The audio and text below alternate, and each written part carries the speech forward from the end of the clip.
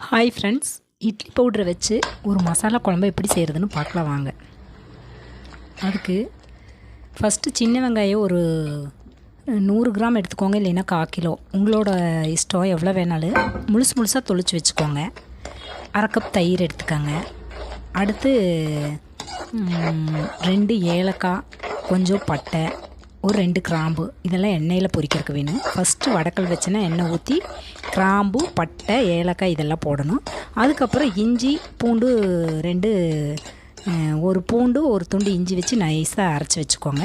அந்த விழுத ஏலக்காய் பட்டை எல்லாம் போட்டோன்னா உடனே போடணும். போட்டு ஃப்ரை பண்ணிவிட்டு ஒரு 2 பெரிய வெங்காயம், அடுத்து கறிவேப்பிலை, இதை மட்டும் போட்டு நல்லா வணக்கிக்கோங்க. அந்த இஞ்சி பூண்டு பட்டை ஏலக்காய் இது கூட ஒரு 3 தக்காளி இல்லை 2 கூட போட்டுக்கோங்க, உங்களோட சௌகரியம். போட்டு நல்லா ஃப்ரை பண்ணி விட்டுட்டே இருங்க. ஃப்ரை பண்ணி விட்டுட்டே இருந்துட்டு இதில் நம்மளோட இட்லி பவுடர் சேர்த்த போகிறோம். மஞ்சத்தூள் கொஞ்சம், மிளகாத்தூள் கொஞ்சம், அப்புறம் பிரியாணி மசால் கொஞ்சம் நான் செஞ்சு வச்சு இந்த பிரியாணி மசால் போட்டிருக்கேன். நீங்கள் எந்த பிரியாணி மசாலா வேணாலும் போட்டுக்கோங்க. அது கூட நல்லா போட்டு ஃப்ரை பண்ணி விட்டுட்டே இருங்க. முழுசாக உரித்து வச்ச சின்ன வெங்காயம் ஒரு 100 கிராம் வேணால் எடுத்துக்கோங்க. இல்லை நிறையா வேணும் அப்படின்னா 1/4 கிலோ சின்ன வெங்காயம் கூட எடுத்துக்கலாம். நான் கொஞ்சம் நிறையா தான் எடுத்திருக்கேன். எடுத்துகிட்டு நல்லா வணக்கி விட்டுருங்க. அதுலேயே போட்டு நல்லா ஃப்ரை பண்ணி விட்டுட்டே இருங்க. வணக்கி வெங்காயம் நல்லா வணங்கினா தாங்க டேஸ்ட் கிடைக்கும். சின்ன வெங்காயத்தில் எப்போவுமே நல்லா டேஸ்ட் கிடைக்கும். குழம்பு சூப்பராக இருக்குங்க. அந்த அளவுக்கு நல்லா வணக்கணுன்னா அது வணங்கினது போக மறுபடியும் நம்ம கொஞ்சம் தண்ணி ஊற்றி வேக வைப்போம். அப்போ கூட அந்த வெங்காயம் நல்லா வெந்துருச்சுன்னா அந்த டேஸ்ட்டு நல்லா கிடைக்கும்.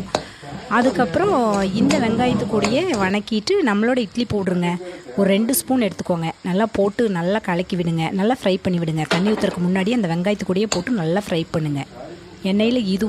இதில் கடலைப்பருப்பு, உளுந்தப்பருப்பு, கருப்பு உளுந்து, பொட்டுக்கடலை, மறுபடி துவரம்பருப்பு எல்லாமே சேர்த்திருக்கோம். பெருங்காயம் எல்லாமே சேர்த்துன இட்லி பவுடருங்க. நல்லா போட்டு நல்லா ஃப்ரை பண்ணுங்கள். ஹெல்த்தியான இட்லி பவுடருங்க. இது போட்டு நல்லா ஃப்ரை பண்ணிகிட்டே விட்டுட்டே இருந்தீங்கன்னா அதுக்கப்புறம் ஒரு டம்ளர் எவ்வளோ சின்ன வெங்காயம் வேகணுமோ அந்தளவுக்கு தண்ணி ஊற்றிக்கலாம்.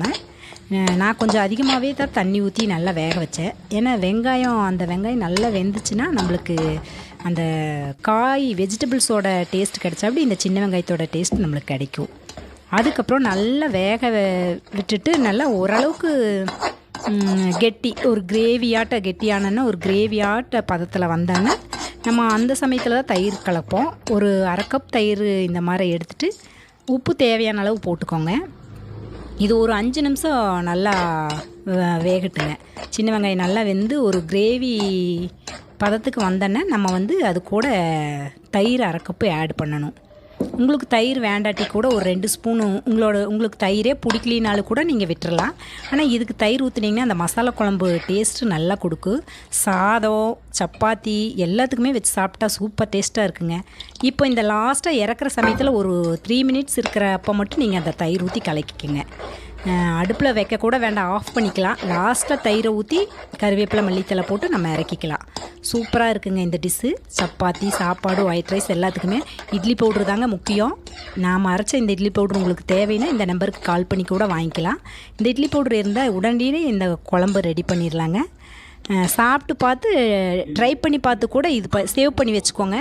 இந்த வீடியோவை சேவ் பண்ணி வச்சுட்டு எப்போல்லாம் உங்களுக்கு இந்த சின்ன வெங்காய குழம்பு சாப்பிட்ணுன்னு நினைக்கிறீங்களோ இந்த இட்லி பவுடரை யூஸ் பண்ணுங்கள். Thanks for